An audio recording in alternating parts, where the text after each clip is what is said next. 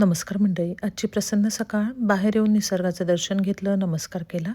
प्रसन्न मनाने दिवसाला सुरुवात केली. मुलाला जायचं होतं त्याच्यासाठी डबा बनवला.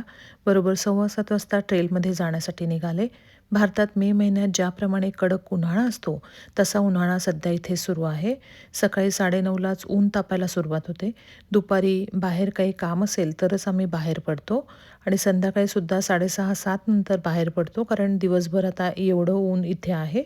इकडे या दिवसांमध्ये ट्रेलमधनं एक छोटी गस्त घालणाऱ्या पोलिसाची गाडी फिरते. 8 नंतर ही ट्रेलमध्ये गाडी येते.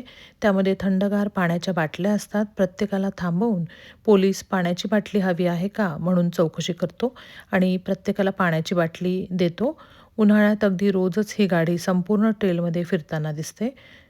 ट्रेलमधनं फिरून घरी आल्यानंतर आधी घरातलं आवरून घेतलं, पूजेची तयारी केली. पूजेसाठी अंगणातली फुलं तोडून आणली, मनोभावे शांततेत बसून देवाची पूजा केली, नित्यसेवेचं वाचन केलं. यामध्ये श्रीसूक्त, हनुमान चालीसा म्हटली, दत्तभावांनी म्हटली, स्वामींच्या नामाचा जप केला आणि नंतर योगाचा क्लास होता, तो क्लास केला. हा जो क्लास आहे हा ऑनलाईन आहे. हा 10 ते 11 असतो. क्लास झाल्यानंतर स्वयंपाकाला लागले. 2 कैऱ्या होत्या त्या चिरून घेतल्या, त्याचा मेथांबा केला. यासाठी पॅन गरम केला, त्यामध्ये 1 पळी तेल घातलं, मोहरी, हिंग, त्याच्यानंतर 2 लाल मिरच्या यामध्ये घातल्या.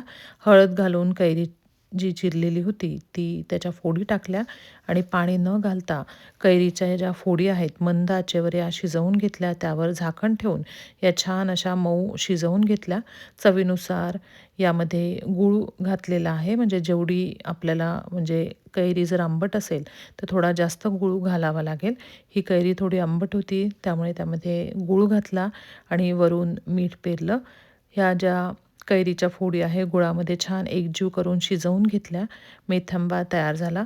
एकीकडे राईस कुकरमध्ये गवार वाफवून घेतलेली होती. गवाराच्या शेंगाच्या भाजीला फोडणी दिली आणि आंब्याचा रस केला. नाश्त्यासाठी 1 वाटीचा सकाळीच ढोकळा तयार केलेला होता. गरम-गरम ज्वारीच्या भाकरी केल्या.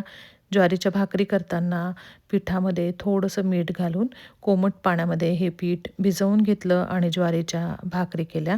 त्यानंतर सगळ्यांना जेवायला वाढलं. अशा प्रकारे आनंदात, उत्साहात दिवस घालवलेला आहे. धन्यवाद.